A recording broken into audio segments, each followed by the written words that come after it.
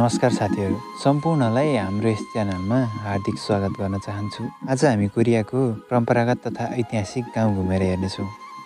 Korean गाउँको अति नै रमणीय स्थानहरूको अवलोकन रहनेछ आजको यस भिडियोमा।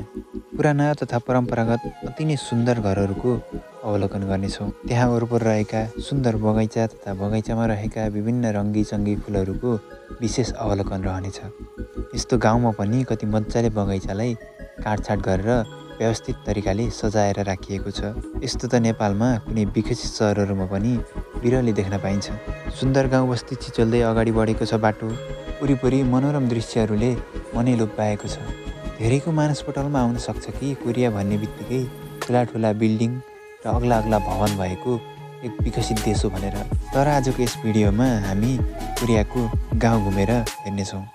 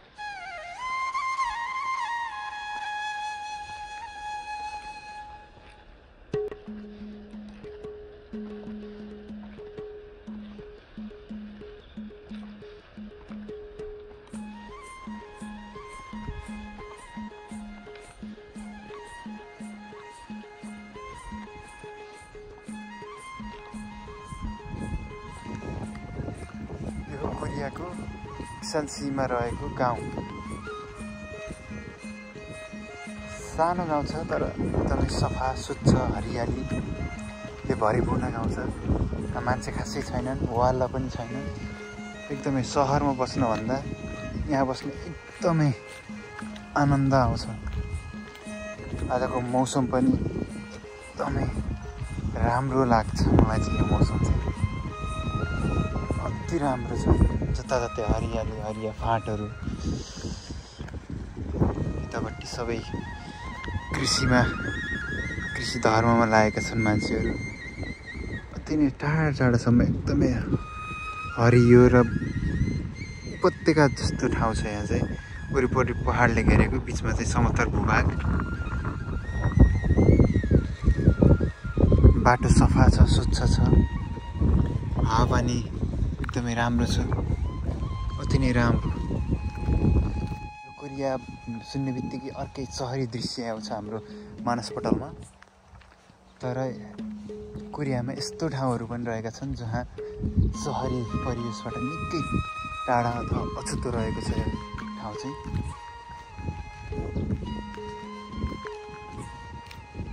एकदमै हिँड्न पनि एकदमै रमाइलो, एक्लै हिँड्नलाई एकदमै शान्त पिसफुल वातावरण छ यहाँ चाहिँ। कोही छैन, केही छैन, आनन्द यसरी नै हिँडिरहँ जस्तो एकदमै राम्रो छ वातावरण। यहाँ चाहिँ परम्परागत रूपमा बनेका घरहरू देख्न सकिन्छ। एकै ठाउँमा बुजुक्क गरेर बसेको छ यहाँ बस्ती। कुनै कुनै ठाउँमा आधुनिक घर पनि छन् यहाँ। मान्छे त्यति देख्न सकिन्छ, अहिले चाहिँ देख्न सकिँदैन। तर बेलुका भए पछाडि चाहिँ यहाँ मान्छे आउँछन्। अहिले चाहिँ काम गर्नको लागि सहरतिर प्रायः जसो यहाँका मान्छेहरू यहाँ बस्ने काम गर्न चाहिँ काम पाइने ठाउँहरूमा सहरहरूमा आफ्नो व्यापार बिजनेसको लागि जाने गर्दछन् यहाँका मान्छेहरू चाहिँ। टाढा टाढासम्म हेरिरहँ जस्तो दृश्य, एकदमै प्राकृतिक गाउँ। पुराना घरहरूले सजिसजाउ भएको। कोरियाको गाउँमा चाहिँ यस्तै आउटडोर जिमहरू ठाउँ ठाउँमा राखिदिएको छ ताकि मान्छेहरूले यसमा जिम गरेर सामान्य शारीरिक कसरत ध्यानलाई भन्नाले राखिएको हुनसक्छ सायद। यो चाहिँ कोरियाको परम्परागत घर, परम्परागत तवरले बनाइएको निर्माण गरिएको घर हो यो चाहिँ। एकदमै कोरियामा अहिले चाहिँ यो एकदमै लोपोन्मुख घर जस्तै पनि हो, एकदमै कम देख्न पाइन्छ। यहाँ चाहिँ रहेछ।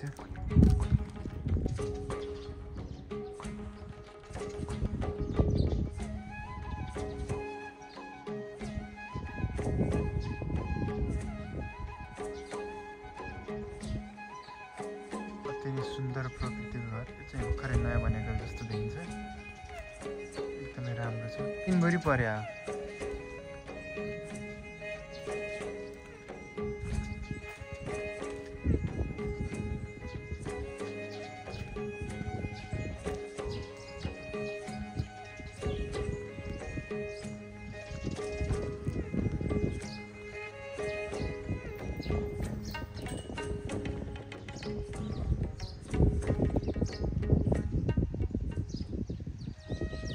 सुन्दर पार्क छ। यो पार्क कति सुन्दर तरिकाले सजाइएको छ। राता हरिया फुलहरूले एकदमै, फुल होइन सायद, पातहरूले एकदमै मनमोहक छ। पार्क चाहिँ यति सुन्दर तवरले सजाइएको छ, अति नै राम्रो, अति नै आकर्षक।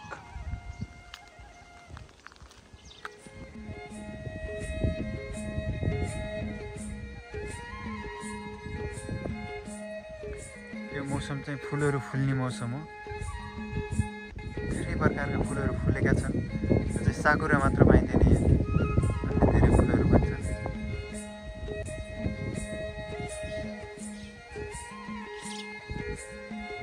आहा, कति शान्त ठाउँ, एकदमै शान्त छ ठाउँ। म चाहिँ अहिले गार्डनभित्र छिरेको छु। एकदमै शान्त मनमोहक रहेको छ यहाँको वातावरण चाहिँ। कोही छैन यहाँ, मान्छेहरू म बाहेक अरू।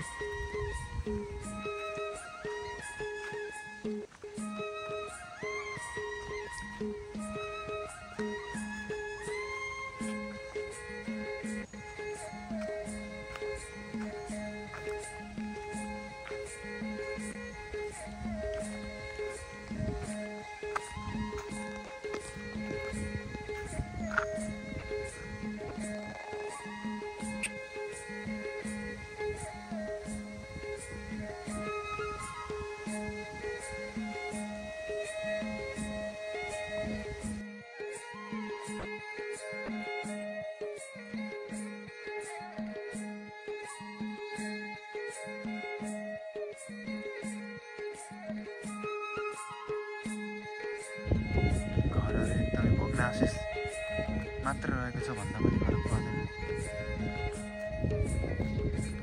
कुनै घर भत्किसकेका छन्, कुनै घर भत्किने अवस्थामा रहेका छन्, कुनै घर एकदमै मान्छे बस्न लायकका छन् अथवा मान्छे बस्ने पनि गर्छन्। एकदमै सुन्दर गाउँ बस्ती छ यहाँ। नेपालकै एउटा झलक दिने जस्तो बस्ती छ। गाउँको बिच हुँदै हिँडिरहेको छु म चाहिँ। एकदमै नेपालकै झलको आयो मलाई चाहिँ यहाँ। वरिपरि सुन्दर गाउँ बस्तीहरू निहाल्दै हिँडिरहेको छु म चाहिँ।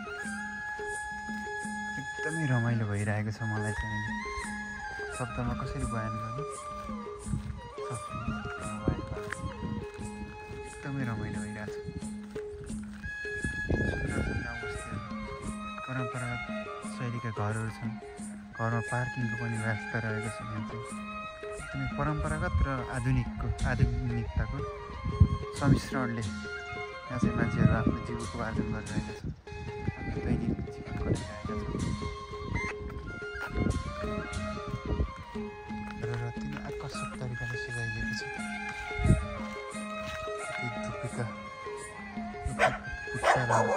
कति राम्रोसँग राखिएको छ।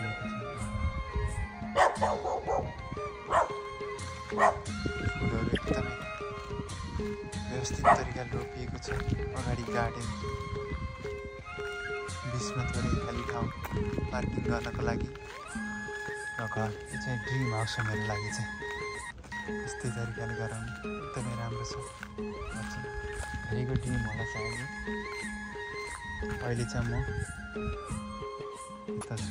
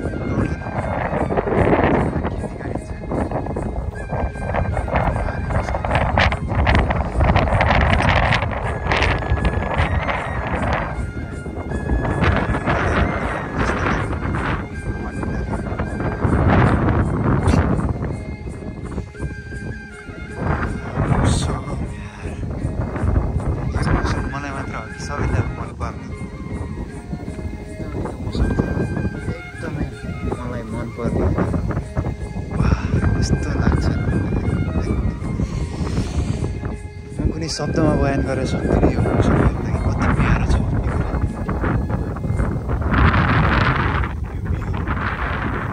धुम्मिएको आकाश, परसम्म क्लियर, एकदमै ढकढक्कै देखिने पहाडहरू, अनि यो एकदम जोडले चलेको हावा यति प्यारो लाग्छ कि यी शब्दहरू छैन। मेरो कुनै मानसपटलमा कुनै शब्द याद आएको छैन। एकदमै राम्रो भ्यू छ।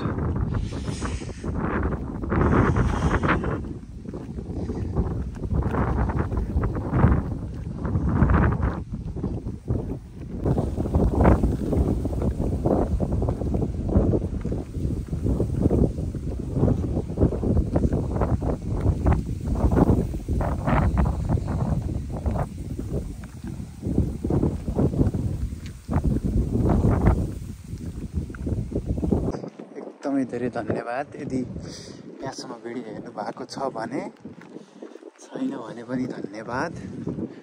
हेरेर गइसक्नु भएको छ भने पनि। अब चाहिँ म रुममा आइपुग्न लागेँ। पानी पनि बेसरी ठुलो पर्ला जस्तो छ। अर्को भिडियो पनि मैले लिएर आउने प्रयास गर्नेछु यस्तै।